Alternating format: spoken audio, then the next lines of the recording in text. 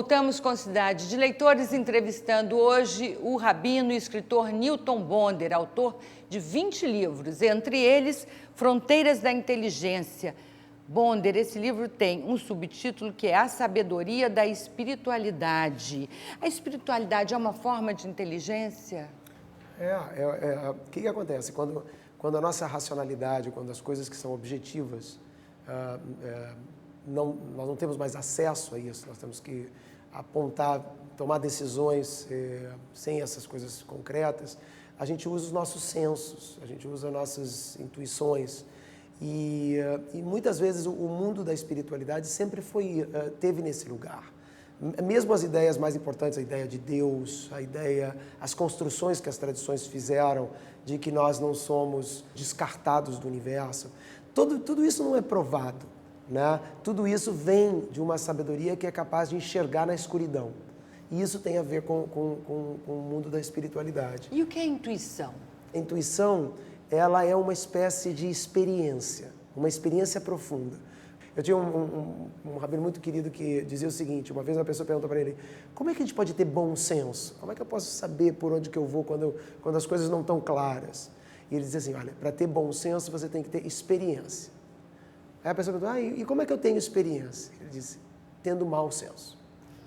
Então a melhor maneira de ter bom senso é ter mau senso. Errar, né? Errar, mas um errar com uma inteligência que vai te ajudar em outro momento a fazer as escolhas mais apropriadas. Muito bem, e esse livro, Segundas Intenções, é o seu último livro?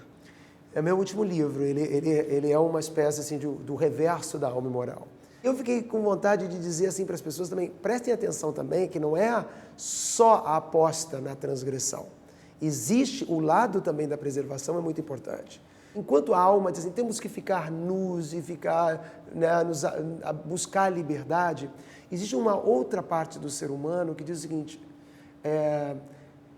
mas existe uma razão para eu estar vestido também. A grande verdade que eu compartilho com todo mundo é que eu não sou desnudo. Eu estou aqui falando, tentando ser o mais espontâneo e verdadeiro possível, mas vocês não estão vendo.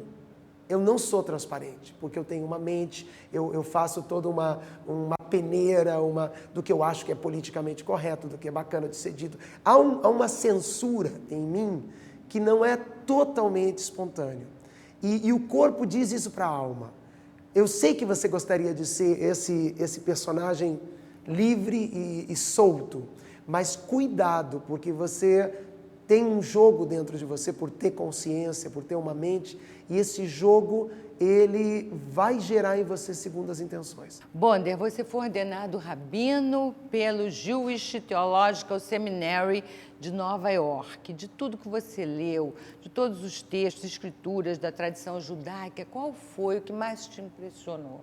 Foram esses mestres radicais, esses mestres que foram talvez as fronteiras da capacidade de desnudar o ser humano. E eu estou falando especificamente da literatura racídica, que eu acho que tem muito a ver com o que depois na Europa se transforma na psicanálise.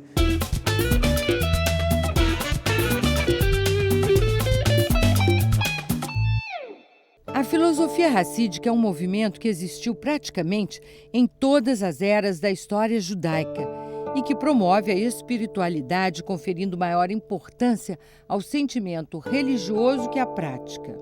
O racidismo orienta para que a oração seja feita com devoção psicológica e alegria especial, até provocar um êxtase tal que permita ao homem entrar em comunicação direta com a divindade.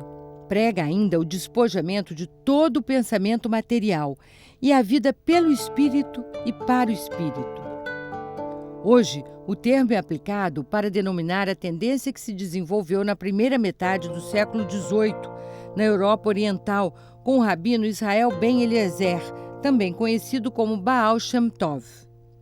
O judaísmo racídico acabou por se transformar no modo de vida de muitos judeus na Europa e chegou aos Estados Unidos durante as grandes ondas de emigração judaica na década de 1880.